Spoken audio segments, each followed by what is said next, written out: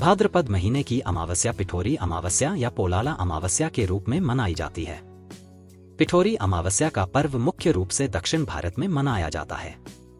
इस दिन महिलाएं अपनी संतान की लंबी आयु के लिए व्रत रखती हैं। ऐसी मान्यता है कि इस दिन व्रत रखने से मां दुर्गा की कृपा से संतान के जीवन के सारे कष्ट दूर हो जाते हैं। पिठोरी अमावस्या के दिन आटे से 64 देवियों के पिंड बनाकर उनकी विधि विधान पूजा की जाती है। इस दिन भगवान विष्णु की पूजा का भी विशेष महत्व माना जाता है। इसके अलावा इस अमावस्या पर पीपल के पेड़ की भी पूजा होती है। पिठोरी अमावस्या खासतौर पर संतान की सुख समृद्धि, लंबी उम्र और सफलता की कामना के लिए मनाई जाती है। यहाँ आप जानेंगे पिठोरी या पोलाला अमावस्या की व्रत कथा। पिठोरी अमावस्या की व्रत कथा बहुत पहले की बात है।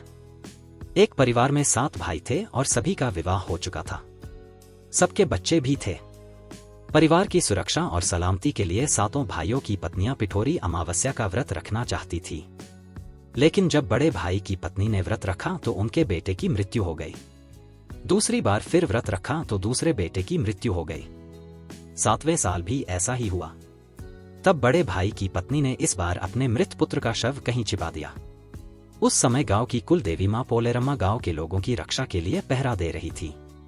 उनकी नजर जब इस खीमा पर पड़ी तो उन्होंने वजह जाननी चाही। तब बड़े भाई की पत्नी ने सारी बात बता दी। देवी पोलेरम्मा को उस पर दया आ गई। उन्होंने उस खीमा से कहा कि वह उन स्थानों पर हल्दी छिड़क दे जहां जहां उसके सभी बेटों का अंतिम संस्कार हुआ है। मां ने ठीक वैसे ही किया। जब वह घर लौटी तो उसने देखा कि उसके 7 पुत्र जीवित हैं। ये देखकर उसकी खुशी का ठिकाना ना रहा। तभी से उस गांव की हर मां अपने बच्चों की लंबी आयु के लिए पिठोरी अमावस्या का व्रत रखने लगी। पिठोरी अमावस्या को कुशाग्रणी क्यों कहा जाता है? इस दिन पवित्र कुशा घास का संग्रह और पूजन किया जाता है।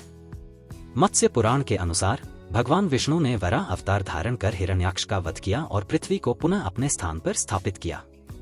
वध के पश्चात जब उन्होंने अपने शरीर से जल झटका तो उनके कुछ बाल पृथ्वी पर गिरे, जो रूपांतरित होकर कुशा घास बन गए। 64 योगिनियों की पूजा का महत्व। कथाओं के अनुसार भाद्रपद की पिठोरी अमावस्या पर मां पार्वती ने 64 योगिनियों के साथ मिलकर गणेश जी की पूजा की थी। दरअसल पिठोरी शब्द का अर्थ होता है आटे की मूर्तियां। इसलिए इस दिन महिलाएं आटे से 64 योगिनियों की प्रतिमाएं बनाकर उनकी पूजा करती हैं। 64 योगिनियां देवी शक्ति का रूप मानी जाती हैं और उनकी आराधना से सुख, समृद्धि और सौभाग्य की प्राप्ति होती है।